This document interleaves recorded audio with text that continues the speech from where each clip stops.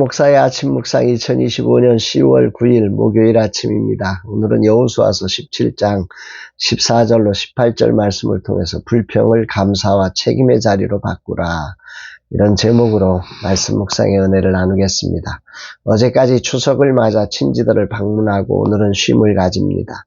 내일부터 다시 시작되는 일상의 삶으로 돌아가야 하기 때문입니다. 민족 고유의 명절을 맞아 소중한 친지들을 돌아보고 가족들과의 깊은 만남을 가지게 하심에 감사드립니다. 깊은 만남은 때로 우리를 힘겹게 하기도 합니다. 비상적 만남에는 드러나지 않는 깊은 만남이 주는 아픈 현실들이 서로에게 부담이 되기도 하고 충돌이 되기도 합니다. 그러게 피상적 만남으로 만족하려 한다면 그것은 그야말로 우리 인생을 피상적인 존재로 만들어 버립니다. 소중한 만남이 준 부담이 모두에게 서로를 더욱 섬기고 기도해야 할 이유가 되어 이전과 다른 태도로 방향 전환을 해야 하는 이유입니다. 오늘 본문에는 요셉 지파의 땅 분배에 대한 불평이 나옵니다. 14절, 요셉 자손이 여호수아에게 말하여 이르되 여호와께서 지금까지 내게 복을 주심으로 내가 큰 민족이 되었거늘 당신이 나의 기업을 위하여 한 제비 한 분깃만으로 내게 주심은 어찌함이니까 하니, 내게 복을 주심으로 내가 큰 민족이 되었거늘, 오늘 이들의 불평 이유는 하나님께서 복을 주셔서 자신들이 큰 민족이 되었다는 사실에서 출발하고 있습니다. 이미 받은 축복이 특권의식이 되어서 합의된 땅 분배에 대해서 불만과 불평을 제기하고 있는 거지요. 아마도 이들의 특권의식의 배경에는 애굽의 총리가 되었던, 그리고 이스라엘을 구원했던 요셉으로부터 출발되었을 것입니다. 거기에 지금의 지도자 여호수아도 에브라임 지파의 사람이었기 때문일 것입니다. 이때 이 지도자인 여호수아가 대답합니다. 15절, 여호수아가 그들에게 이르되 내가 큰 민족이 되므로 에브라임 산지가 내게 너무 좁을진대 브리스 족속과 아르바임 족속의 땅 삼림에 올라가서 스스로 개척하라 하니라.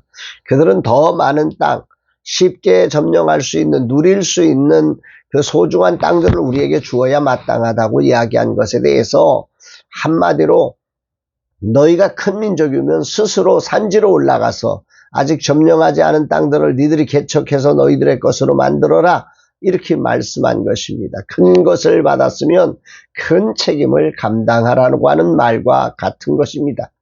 우리가 크니 더 큰 것을 달라는 요구에 큰 만큼 큰 위험을 향해 나아가라, 여호수아는 이런 대답을 한 거지요. 참 멋진 대답이 아닐 수 없습니다.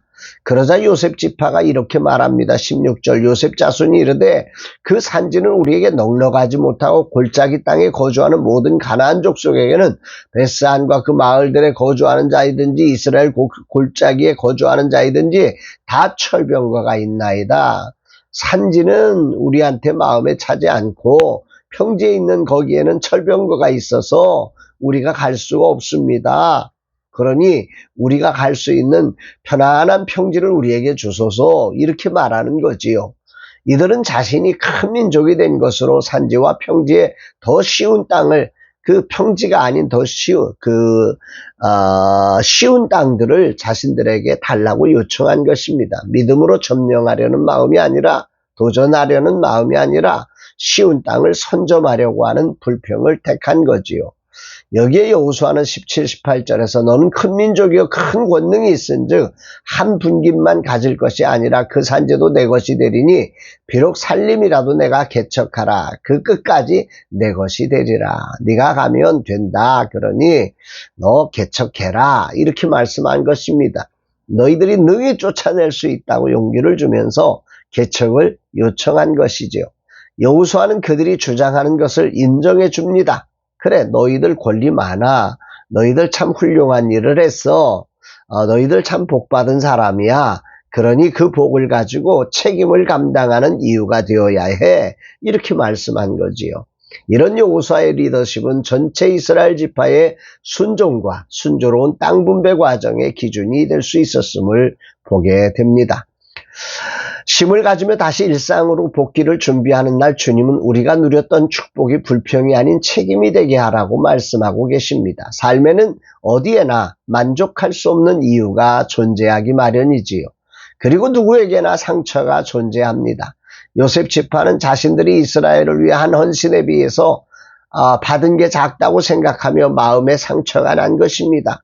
이들의 생각은 합당한 이야기일 것입니다. 요셉이 베푼 그 형제를 용서하고 그 민족을 구한 사랑을 무엇으로 다 갚을 수 있겠습니까? 아마 누구도 갚을 수 없었을 겁니다. 그렇다면 요셉 지파는 평생 이런 배신감, 상처를 안고 살아가야 한 것일까요? 누구에게나 불평의 이유는 이와 같이 존재하지요. 틀린 것이 아닙니다. 너무도 합당한 불평의 제목일 때가 참 많습니다. 그러나 성경은 범사에 감사하라고 말씀하셨습니다. 범사 즉 불평의 상황이 맞느냐 맞지 않느냐가 아니라 주어진 모든 상황에 하나님이 계시고 그분이 통치하심을 믿고 그것을 감사함으로 받고 감사로 표현하라는 것입니다. 내 수고를 제대로 알아주는 사람은 이 세상에 한 사람도 없습니다. 알아주는 것처럼 느끼는 경우는 아마도 뭔가 이익이 주어지는 사람에게만 있을 것입니다. 왜냐하면 사람은 그 마음을 다 알 수가 없기 때문이지요. 누가 누구의 마음을 다 알 수가 있겠습니까? 내가 만난 아름다운 수고든 아니면 누구도 알지 못하는 상처든 그것을 다 이해할 수 있는 사람은 이 세상에 오직 주님 한 분밖에 없습니다. 그것을 알아달라고 외치며 불평할 때 우리는 하나님이 준비하신 아름다운 것을 누리지 못하고 그 자리를 원망과 불평의 자리로 쌓게 되는 것입니다. 저에게도 오늘 나의 수고에 대해 요셉 지파와 같은 불평거리가 존재하지요. 또한 그로 인한 상처도 있습니다. 그것을 붙들고 불평과 상처 안에서 살아간다면 내 인생은 참으로 불행한 삶이 되고 말 것입니다. 우리에게 주어진 축복이든 상처든 그것이 하나님께서 계시기에 합력하여 선을 이루실 하나님의 통로가 될 것을 믿고 그 이유가 책임을 감당하는 자리가 되도록 해야 하는 것입니다. 내게 주어진 그 책임 중 하나가 가정을 소중히 여기며 사랑으로 섬기는 것이고 또 하나는 약자에 대한 사랑과 배려를 이루는 일일 것입니다. 그런데 어느 순간 이것이 요셉 지파의 불평처럼 왜 나에게 이것밖에 주지 않느냐는 불평의 이유가 되는 때는 아닌지 주님이 물으시는 것 같습니다. 이 질문 앞에 겸손히 서서 나의 후반전 삶이 불평이 아닌 감사로 권리가 아닌 책임의 삶으로 나아가는 자 되기를 다짐해 봅니다. 주님, 나의 삶이 진실로 주어진 하나님의 복과 상처 모두를 감사로 드러내는 믿음을 더해 주시고 내게 주신 그 은혜가 책임이 되어 나로 인해 상처가 치료되고 은혜가 나눠지는 거룩한 삶 되게 하옵소서 고백하게 됩니다. 사랑하는 여러분, 내게 주신 복과 상처가 하나님을 믿음으로 감사와 섬김의 이유가 되는 복된 날이 되어지시기를 주의 이름으로 축복합니다. 사랑합니다, 여러분.